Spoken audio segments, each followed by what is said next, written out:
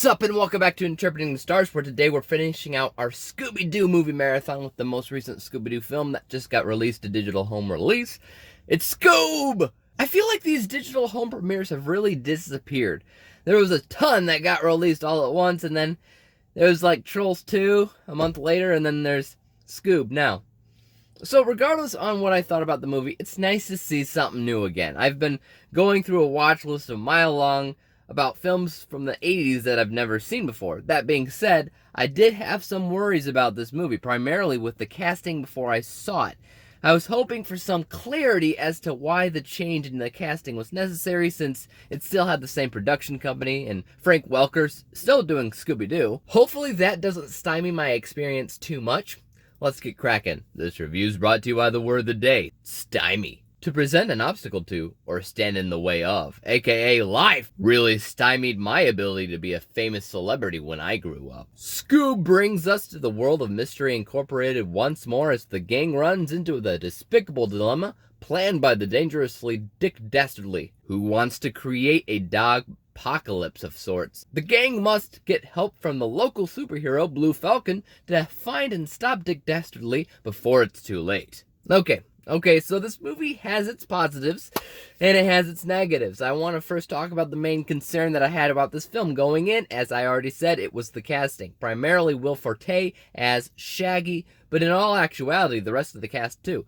I just had to stop and ask myself why. Why the change of the voice actors who have been doing it for so many years that they're known to be those characters, especially Matthew Lillard, who played Shaggy in the live-action films and has just gone on to voice the actual official Shaggy voice in the cartoon. You know why he played the cartoon character? Because he was so good at it in the movie about the voice and the persona, and next to nobody in Hollywood can even do the voice. It's too difficult. But sure, cast freaking Will Forte in the role. And in case you're wondering, no, he was not that great. There was no way that while watching, you can't hear Will Forte instead of Shaggy. Here's why I think they recast these characters. For star appeal. That's it. People are more likely to see a movie if it has a cast of people they've heard about.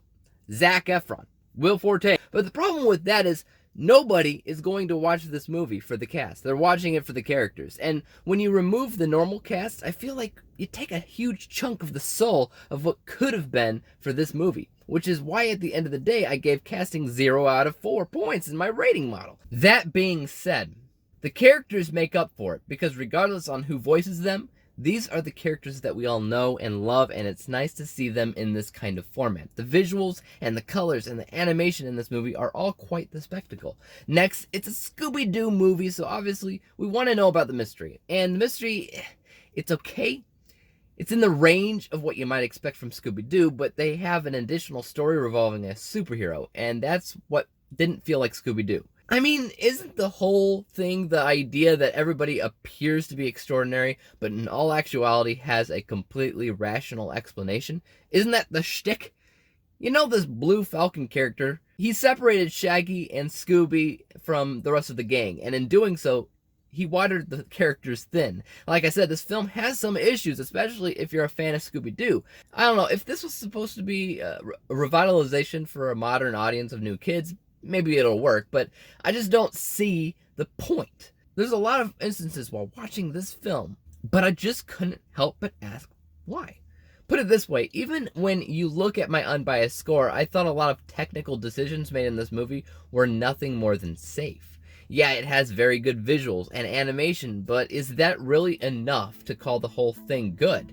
Not at all. So that's why my unbiased score is 64%. And because I was really let down, my bias score is 54%, averaging everything out to a final score of 59%, 59 out of 100 possible stars, granting Scoob with a pretty low D score. As weird as this sounds, even with a score like this, I don't think the movie's bad. Not when you compare it to some of the other TV movies, which were actually worse. So it's all a matter of perspective, in my opinion. Take that as you will, and tell me your thoughts on this film in the comments down below.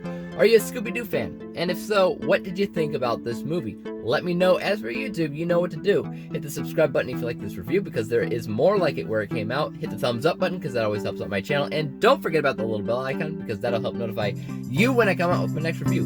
And until then, peace out!